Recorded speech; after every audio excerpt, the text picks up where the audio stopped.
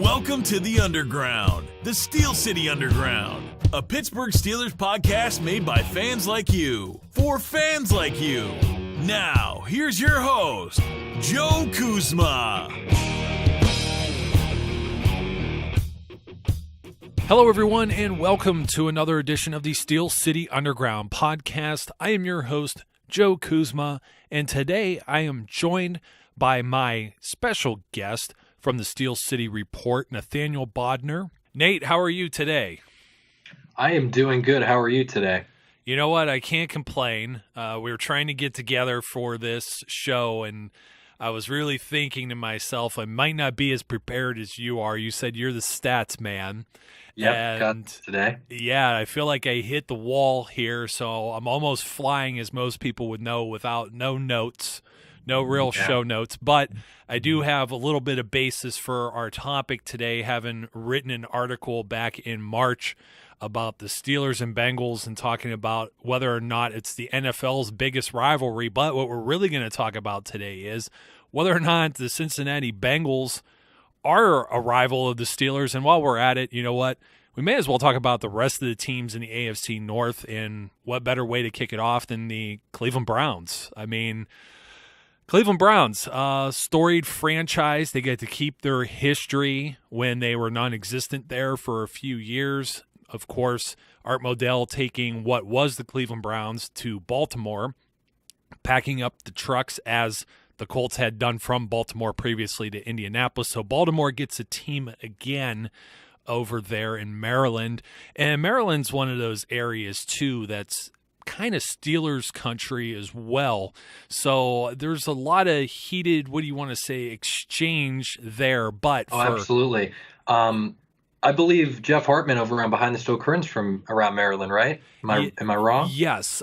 Jeff was actually on this show probably no more than a month ago, and we were talking about how Steelers Nation had no boundaries, and he originally grew up in West Virginia, so Steelers Nation goes down to there. And then, of course, me and you, being from Northeast Ohio, we have to deal with the Browns fans who are seemingly more happy to root for whatever team other than their own that they think could beat the Steelers from week to week.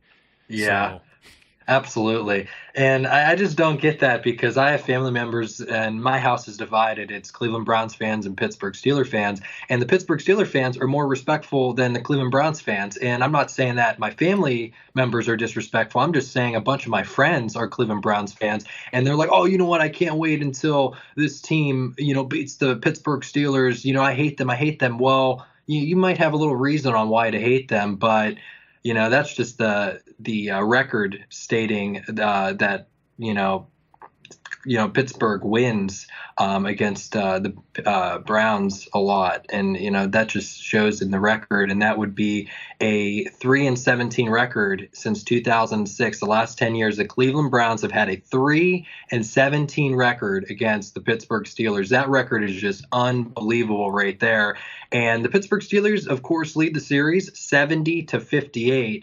And, that's a little bit closer than another team that we're going to be talking about later in the show. And I'm not going to name that team yet, but the Cleveland Browns were actually pretty good back in the day. They had Art Modell leading the whole pack there. They turned around, and they just have not been good the last 10 years. No, and of course, myself, and for all the regular listeners who know, my wife is a Browns fan, and we have not only a house divided, but family divided. So my young daughter, who will be turning 3 next month, it goes in between myself buying all of the Steelers paraphernalia versus some of this garbage I wouldn't, wipe my behind with that shows up in her closet sometimes, which would be some Cleveland Browns T-shirts or this god-awful ugly hat that my uncle thought would be real funny to give her. Girls don't wear hats anyway, so good luck trying to make her a Browns fan with a hat of all things. But that being said, yeah, I used to get grilled. I've got a few more years on you here, Nate, where I actually remember when there were good Cleveland Browns teams, so there at least was a little bit of tradition there. But most recently, as you gave the statistic, that was 3 wins since, 1999 when they came back.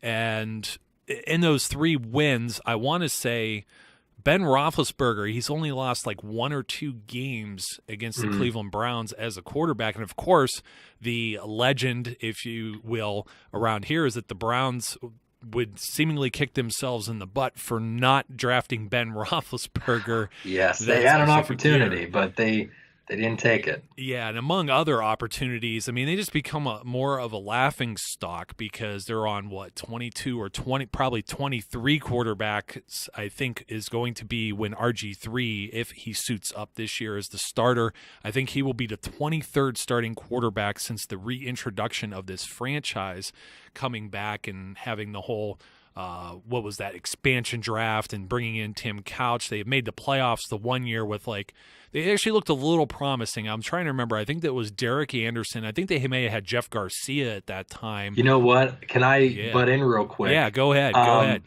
It was Derek Anderson actually in 2007. They did not make the playoffs when they had a 10-6 positive record, above 500, 10-6 with Derek Anderson, and that was the last time that they were even remotely close to making the playoffs. Because the last time I remember, and I know that I was really young at the time, and I know that you might have seen this game, but the Cleveland Browns made it to the AFC wildcard game, okay, and they barely made it. It was due to a goal line stand by a team I cannot remember 1 week prior that snuck the Browns into the AFC wildcard against the Pittsburgh Steelers. They led the entire game in the fourth quarter with under 5 minutes left. They were up by, I believe, 13, and Pittsburgh took over, and Tommy Maddox was the quarterback at the time. They got a 2-point conversion after they got the touchdown with 54 seconds left, and they won 36-33. And that was in 2002. That was the last time they went to the playoffs.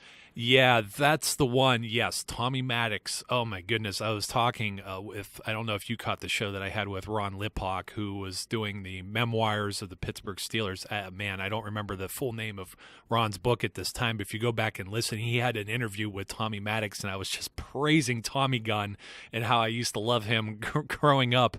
And then, of course, I really wanted him to, I'm like, oh, yeah, maybe we should give him a contract. And then, of course, you know what happens. Ben Roethlisberger gets the opportunity. And you never look back from there. And yes, I do remember a playoff game. There was the one game of those, maybe 3, was a man by the name of, oh my goodness, it's going to drive me crazy right now. I'm sure my wife remembers this because this was the old Sunday Night Football that was on ESPN when it was first starting. Oh, Kelly Holcomb. Quarterback. That was the quarterback. Yes. That was the quarterback, yes. Yes, he was the quarterback for the Browns. I mean, I had to dig it up. There was like almost 24 of them. It's hard to remember them all, even when you're making fun of it constantly. So I think the way that the Steelers fans look at it is I think we're a bit upset and disappointed that this isn't the rivalry that it once used to be. And you almost turn your nose up at it and you're thinking that's an automatic W on the schedule. We have been embarrassed the other couple times. I was actually at both of those games in Cleveland when those happened too. Goodness. Yes. I remember the one. It was, I believe, Charlie Batch. It was under center. He fumbled 2 or 3 times. The running backs were fumbling. Everybody was fumbling in that game. It was 2012, I believe. I believe the Steelers turned the ball over. Yeah, they turned the ball over. I remember, I think 7 times. Charlie Batch was the quarterback, and then of course Charlie comes back the next week to beat the Baltimore Ravens, which I remember. I was sitting on my couch covered in blankets with the flu and just couldn't believe what I was seeing because I got so sick of a Browns. I can't even say that they really beat the Steelers. It may have been one of the ugliest football games ever. It was some ungodly score 17-13 or something. Nobody could score. Nobody could hold on to the football. Beat themselves up. It was so bad. So it's okay, the Browns get one, but kind of barely. It was I don't want the football. Here, you take it. And then, of course, the other one being the game I was making fun of Lance Moore. When I had Eric on the show, we were talking about the 5 potential free agents the Steelers could sign this offseason, and one name he kind of threw out if they needed wide receiver help was Lance Moore. And my memory of Lance Moore is not only complaining about his playing time, but celebrating a touchdown, the only touchdown in Cleveland Browns Stadium that day, because the Steelers had played so miserably bad against the Browns. So I remember that. I remember that. That was in 2013, I believe. It was 31 to 14 or 7, or I think you said, maybe 1 or 2 scores. Lance Moore caught that late in the fourth quarter. That was a horrific game as well. That was just ugly. Oh, it was garbage It was time. just the running game by, I think, Isaiah Crowell ran the ball I don't know how many times, and he was just gaining big chunks of yards. And I believe it was him or another running back Terrence there. West as well. Terrence West. Oh, yes, Terrence West. Yes. So, yeah, but you know what? I have had the pleasure of being there. I want to say Eric Mangini's last stand as the head coach there, final game of the regular season. I remember Troy Polamalu picks off one of these passes early in the game, runs it in for a touchdown. It was like 14-0. I don't even think my one friend who was a Browns fan made it to his seat yet to sit next to us, and, and they were already getting just crushed. It was like 40-something to whatever the end of the game, and Byron Leftwich actually finished that game out. So that was one that was really fun. And then, of course, the last regular season game of last year was just the Steelers invasion. If you've never been to a road game as a Steelers fan, those of you who are Pittsburgh natives, I strongly suggest maybe taking the 2-hour or so trip up to Cleveland, especially when it's late in the season, because the Browns fans, now I'll give them this much. Their teams haven't been good forever, but they still stand behind them. Most of the orange seats have a butt in them, and they really don't start heading out of there because, it's like when you're playing on around New Year's in Cleveland up by Lake Erie, it's something like 17 degrees and miserable. So I can't necessarily blame them when they're losing to leave. But on the other hand, the whole lower bowl of this game, you're watching the scores. There wasn't even cell reception because everyone was on their phones glued to the Bills and Jets game, and we get the score and everyone's cheering, and you see we're behind the Steelers bench, and you see everyone kind of turn around. Even Tomlin, you see all these guys turn around and look at us, and what are you guys doing? There's nothing going on the field. It may have been like a TV timeout or something like that, and it was just amazing. I actually have video of this up on my YouTube page, by the way, if anyone wants to check it out. I mean, it was just phenomenal. So in that aspect, I do want to say it may not be a strong rivalry like it used to be. It may not be hotly contested with wins and losses, but I do want to say that most of us that are Browns and or Steelers fans are still at each other's throats, and we kind of want that to be back there. But mentioned it earlier, the rivalry maybe that has, or is it a rivalry? We're about to find out because I know you got some numbers on this. The one that may have replaced it, the team that was formerly, we thought they were going to be the Baltimore Browns. They turn out to be the Baltimore Ravens. And man, they've been a thorn in each other's side going through this. I want to say, let me see. They've met in the postseason 4 times, and the Steelers have a 3-1 advantage. They're the only 2 teams in the AFC North that have won a Super Bowl. So there's some bragging rights on the line here. What do you got for us on the Steelers versus the Ravens? Well, I have some really good statistics on this one. Now, like we said with the Cleveland Browns, it was 3-17 since 2006. This is the total opposite with the Baltimore Ravens. It's a little bit better, not quite. Since 2006, the last 10 years, the Baltimore Ravens record against the Pittsburgh Steelers is 13-23. So it's 10 off. That's okay. But what really shocked me was the all-time series. The Pittsburgh Steelers lead the series 24-20. So they're only up by 4 games. That's back and forth for you. Yeah, that really is back and forth with the exception of maybe last year, which, they swept us. Yeah, and one of the things, that's another one of those, and I'm not sure that we have the numbers, and now I'm going to kick myself for not looking this up. They only won 5 games, Joe. They only won 5 games, and the 2 games they win is against the Pittsburgh Steelers. I know. And I tell you one thing, if we had a kicker in the Week 4 matchup, and didn't have Josh Scobie, we would have won that game. And if we didn't have Mike Vick, we might have put Landry Jones in. He might have done better. I know Vick did some good plays and he did all right, but come on. It's a 4th and 2 and you throw a little out route and you run the next out or the next 4th and 2 because there was like 2 4th and 2s and you missed both of them. Antonio Brown dropped the one. We talked about this in the last show I was on, but unbelievable. Yeah, we were talking about the Todd Haley play calling and to get off the coach's back on the show last week, and This game will forever, like, it just pains me to think about it. The Sunday night, no, I'm sorry, it was Thursday night because it was a short week when Ben got hurt in St. Louis, and Vic had like maybe 2.5 days of practice, if we're being generous there, as the number one. And yeah, the most memorable thing of Mike Vick during this game was actually Le'Veon Bell was doing pretty solid. Now, I think I gave a little more credit. I said it somewhere on social media or maybe in the comments on my website. And I was saying that maybe the Ravens were shutting down Le'Veon Bell, and they actually had a decent run defense for as bad as they were last year, and they've always been good against the run. So have the Steelers, for that matter, no matter how bad they've been against the pass. The teams are very much parallels of one another, and my memory of Michael Vick is Le'Veon Bell goes to take a run.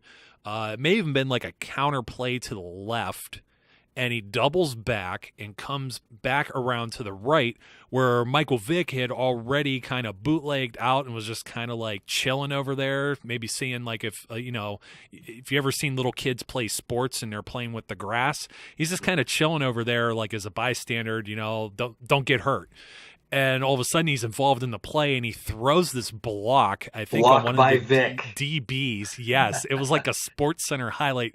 Not even so, I mean, as much for Le'Veon Bell, like extending that play and still cutting it back and scoring a touchdown, but Michael Vick throwing a block and just abusing that poor defender from the Ravens. I wish I knew whose name that was. I'm going to see if I could find it before the end of the show, because I just saw that highlight the other day, and I think I may even have it queued up to go on the Vine account or one of these videos on Facebook or whatever. I'm going to put it up there because it's a good chuckle. But yeah, Josh Scobie, I mean, the only reason they're even going for it on 4th and 2, one of those was like from the 30-something. They had Boswell at that point.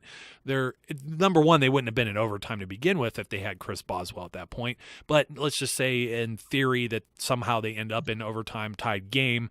They're in striking distance to at least attempt the field goal, and at no point were you thinking, well, if I attempt the field goal here and miss it, I'm just going to give them the ball back at the same point. So the same field position. So we might as well just go for it.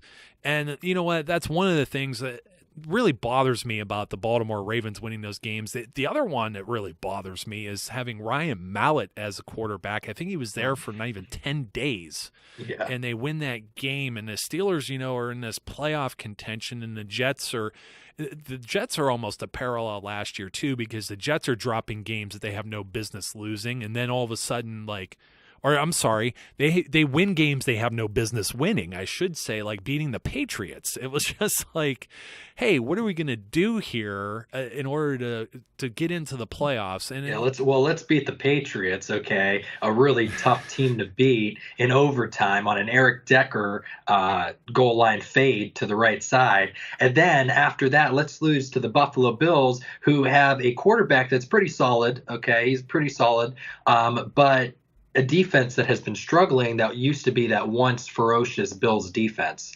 and they lose. And the Bills, I have to thank them to letting the Pittsburgh Steelers play in the playoffs against the Cincinnati Bengals, because that was awesome. Yeah, you know what? I have to agree with what you're saying there too.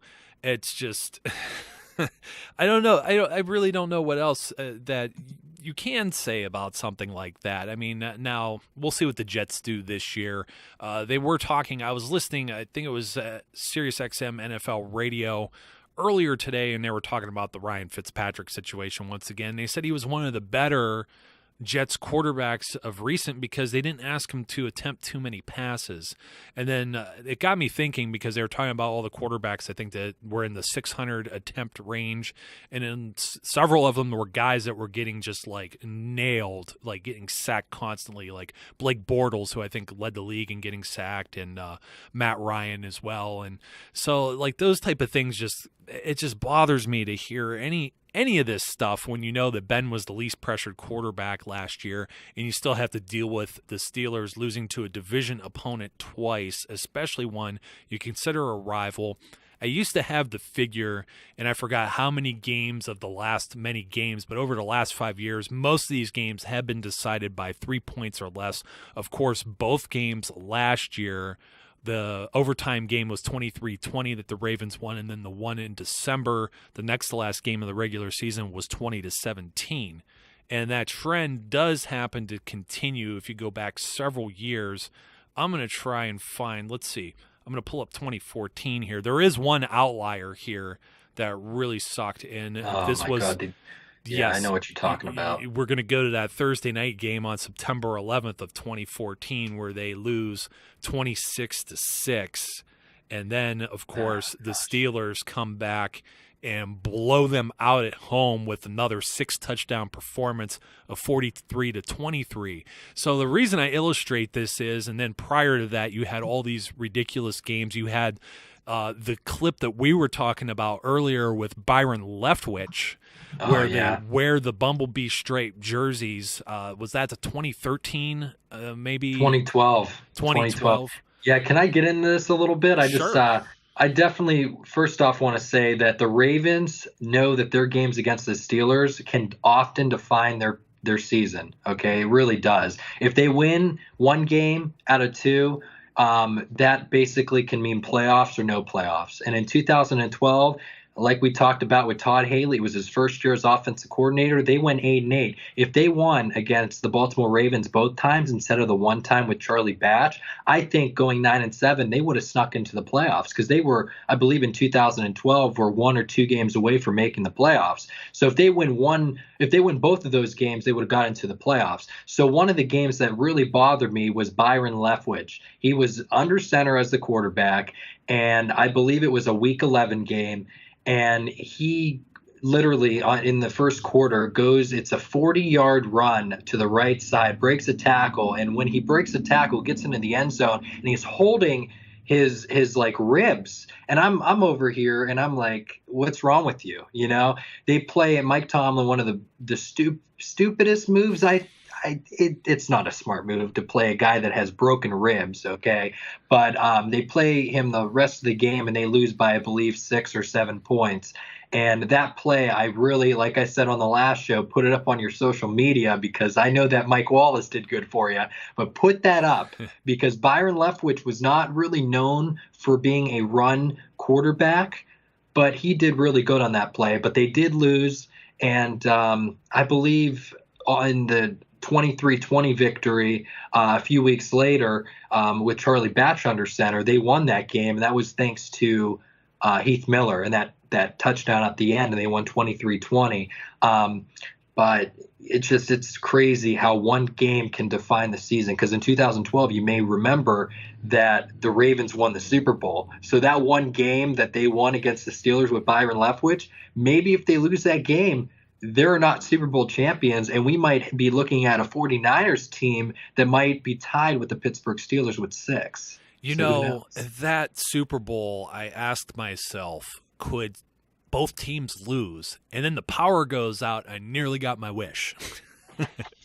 I mean, that was great. But yeah, the Byron Leftwich game is specifically, there was a player that got downfield. I can't remember if it was like AB or Mike Wallace, but they were incredibly wide open, and Leftwich hurls a pass toward them that was like 10 yards short of making the mark. And then you hear about the rib injury or whatnot a day later. I mean, that was devastating. Jacoby Jones was the difference maker in that game, returning a punt, which, if you remember, a year later on Thanksgiving was the infamous Mike Tomlin stepping on the field, Jacoby Jones incident that happened, where he received the $100,000 fine. He didn't know where he was on the field. I believe him. I believe him to this day. I don't know. I don't care. That's 2013. Let's bring on 2016, win a Super Bowl, and then we can talk. Yeah, but I did want to mention that game that was on Thanksgiving.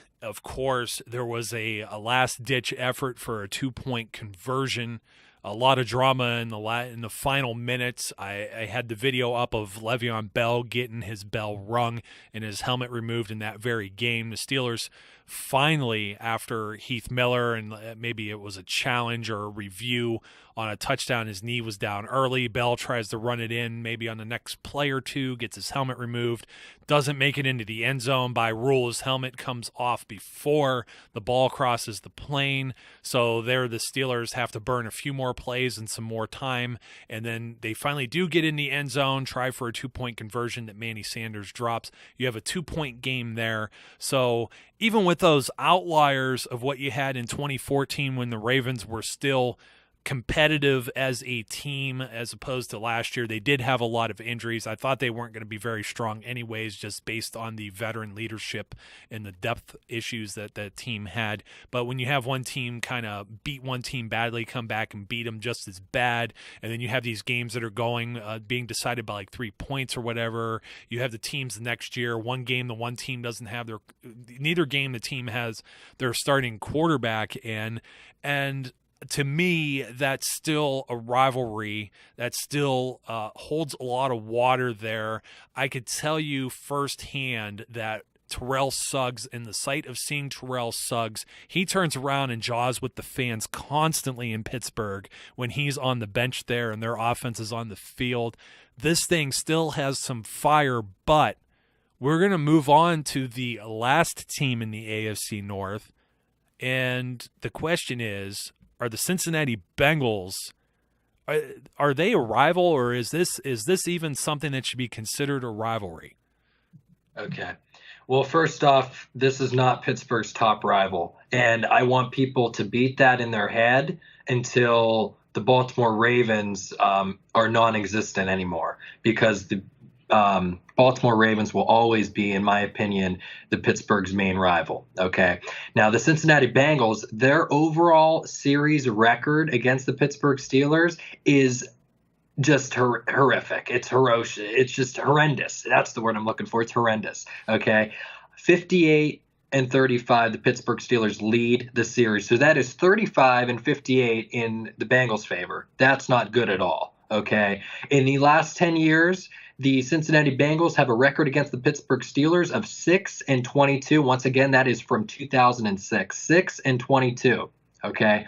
That's not a rival. Okay. The reason people think it's a rival is because Vontaze Burfict injures Antonio Brown, Le'Veon Bell, and Ben Roethlisberger in the same exact season. Okay.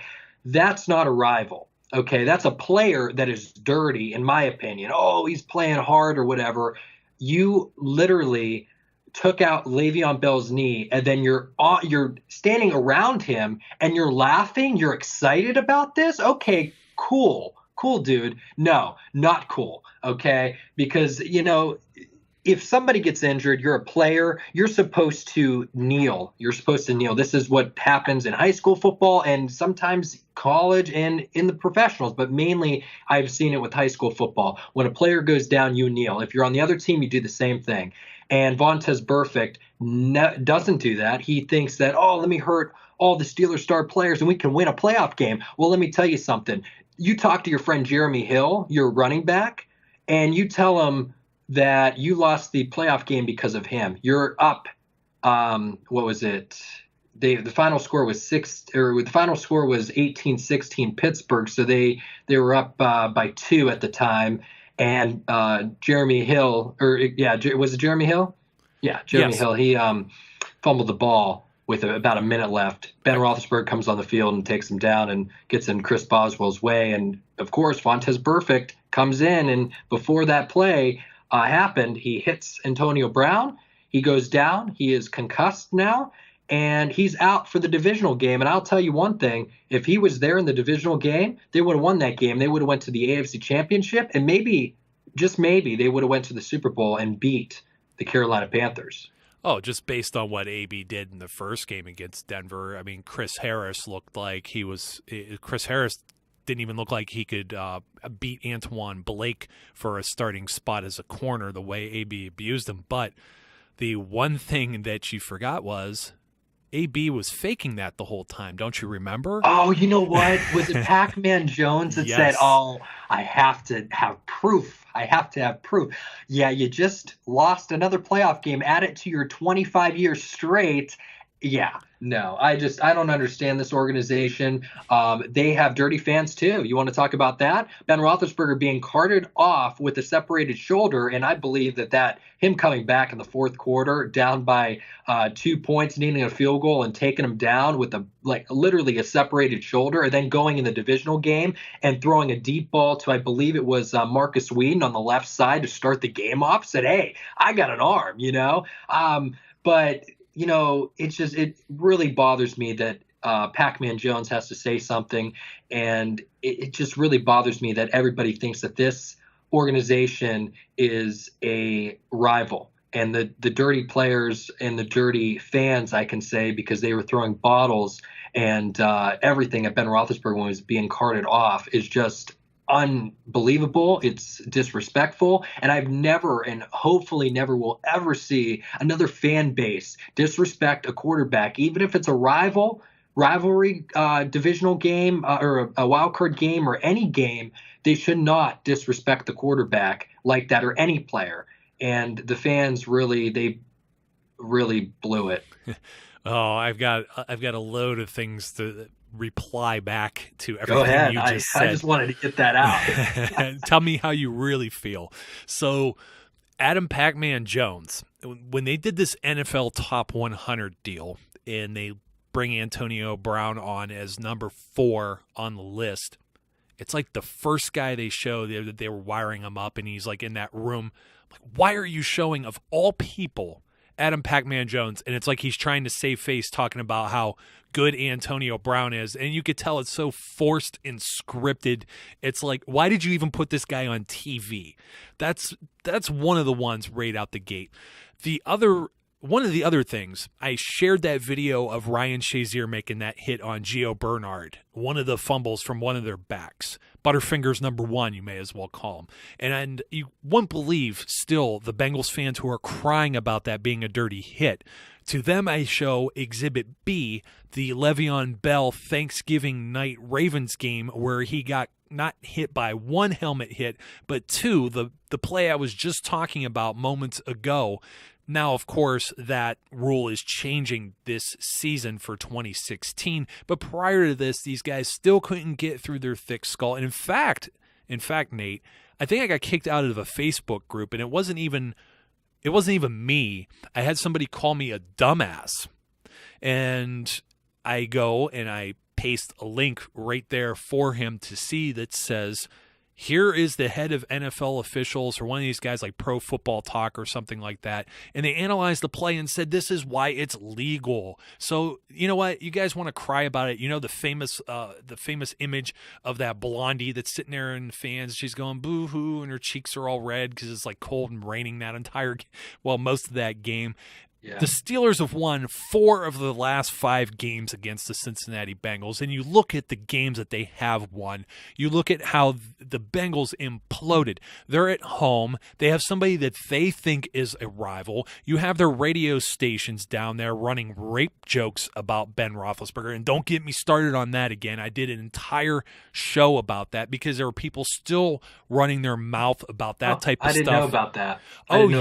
Oh, yeah. They're still calling to the list of why I hate the Cincinnati Bengals and their fans. Well, and then you have Vince Williams, of course, who Harambe, or whatever the name of the gorilla that was shot in the Cincinnati Zoo. Yeah, I saw that. He said he was. So he has to make the comment saying put out of the misery. You got these Bengals players showing up for a soccer game. Now, this is cute because Cincinnati has a soccer team. They're actually outdrawing most sports. They're probably outdrawing the Reds at this point.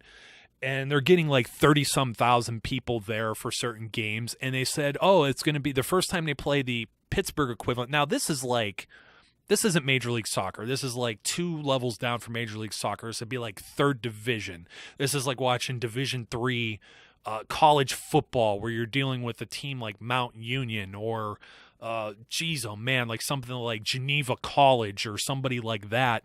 This is like the equivalent of this with semi-pro soccer, and these guys create a Cincinnati versus Pittsburgh night, and are going to have Bengals players as their captains or their honorary captains. And it's hilarious because the 4 people that were advertised, one of them being perfect, didn't show and was replaced, and then you got that Domata Peko or whatever, however you say his name. Damaka Peko, I believe. Peko, talk about what he said recently. You know what he said?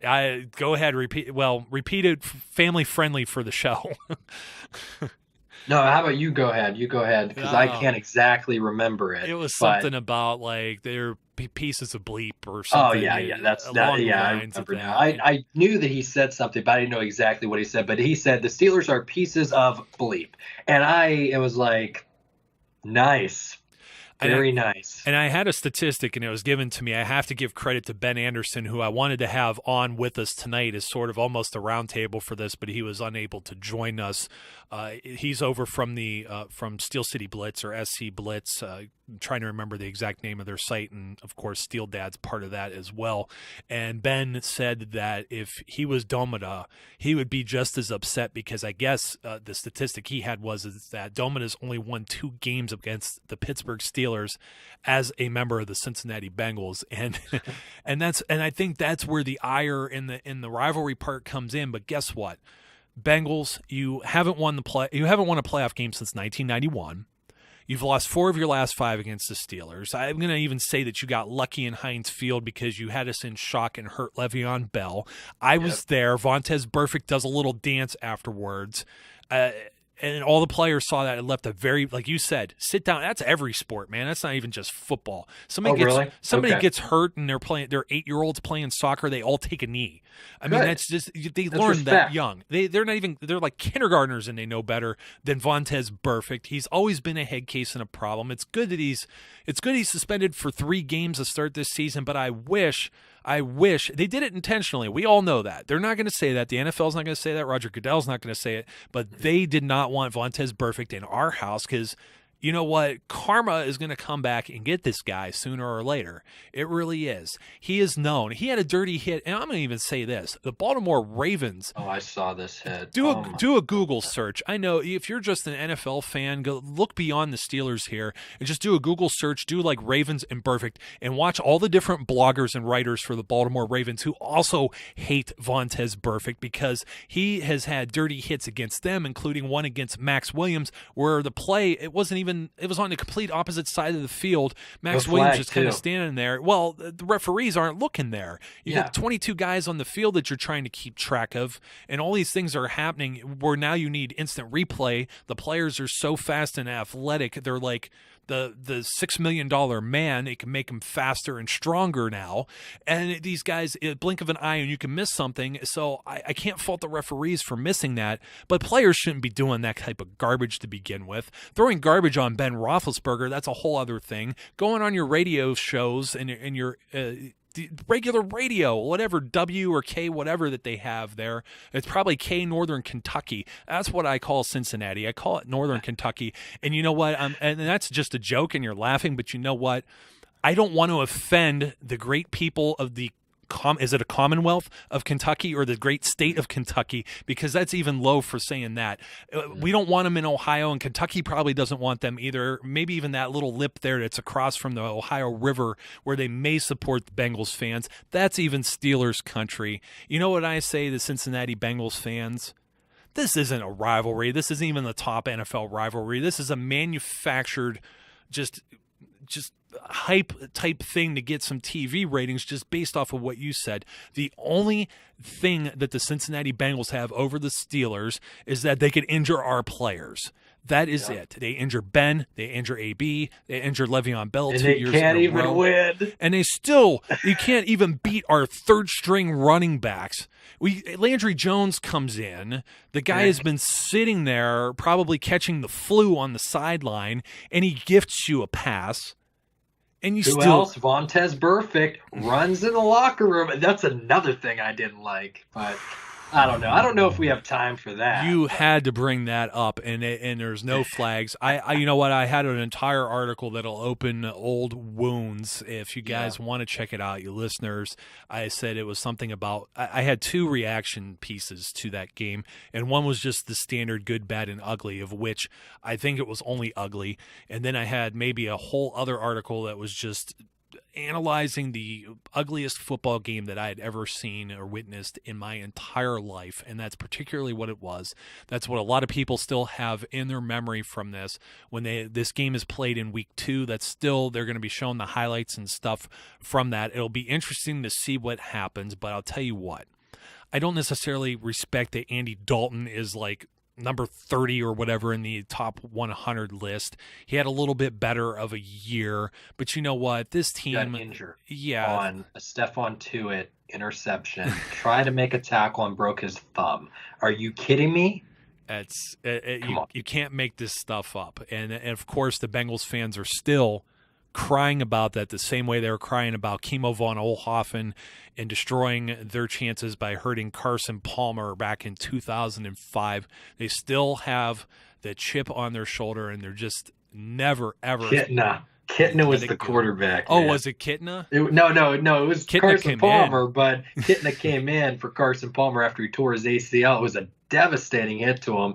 But, he tore his ACL right after he threw like a long bomb strike down the right side, and it was a catch, and they were in the red zone, and Kitna had to come in, and it was just they led that game. It was like that Browns 2002 game. They led until like the fourth quarter, and then Pittsburgh won. But in just glorious Bengals fashion, kaboom! Nathaniel, it's always good having you here on the show. Nathaniel Bodnar from SteelCityReport.com. Any closing words? I want to say Baltimore Ravens, if you're going to put one of these 3 teams as the rival, because you know what, we don't play the Cowboys or the Raiders enough, but those were the old school rivals. Modern era, probably still the Baltimore Ravens. We'll see how that turns out this year, see if Baltimore, I don't want them to turn the ship around. I would rather see them, unlike we have some sympathy for the Browns. We wanted to see the Browns be awful. When we were just gloating in it, and now it's no longer cute or fun. But I would have a lot of fun to see the Ravens maybe go on a 10-year skid right into the dumpster. What do you think? I believe that the Baltimore Ravens are Pittsburgh's main rival and will always be the rival as long as they're an organization in the NFL. Remember the Baltimore Browns and all that. But I think that we have to watch out for the Cleveland Browns. And the only reason I say that is because I think RG3 is going to have a good year. And I also believe that the Cincinnati Bengals are still once again going to lose. And Vontaze Burfict, bold prediction, might not be on the team next year. So I don't know. We just have to watch and wait and find out. But I know for a fact that the Baltimore Ravens, it literally defines their season if they win 1 or 2 games against the Pittsburgh Steelers. We've seen that in 2012. So I believe the Baltimore Ravens will always be Pittsburgh's rival. There you have it. And folks, if you have any difference of opinion, please do leave some feedback for me and Nathaniel over on, we're on Facebook, we're on Twitter, we're just about everywhere. We're always retweeting and mentioning each other as well. And also something new for you fans out there, if you would like the Steel City Underground, we have opened a new hotline. If you have any questions for myself or any of the guests like Nate that come on the show, feel free to leave us a message over at 203-900-4SCU. For those of you who need the numbers, that's 203-900-4728. Just leave a message. Let us know who you are, where you're calling from, and what type of question you have. And hopefully we get enough of these type of mailbag type or inbox or voicemail questions on the hotline. We'll play the best ones and answer them and give you guys all the credit for asking the questions right on the air. We will play them for you. So 203-900-4SCU. Nate, don't troll me and make a phone call and ask about the top rivals. We're 2-0 on the Ravens, buddy. So all right, there we go. That's the way I look at it. And ladies and gentlemen, thank you for tuning in to the Steel City Underground podcast. Until next time, be safe, be good, and I will catch you later. We would like to thank you for listening and remind our listeners to follow us on social media and our website, www.steelcityunderground.com.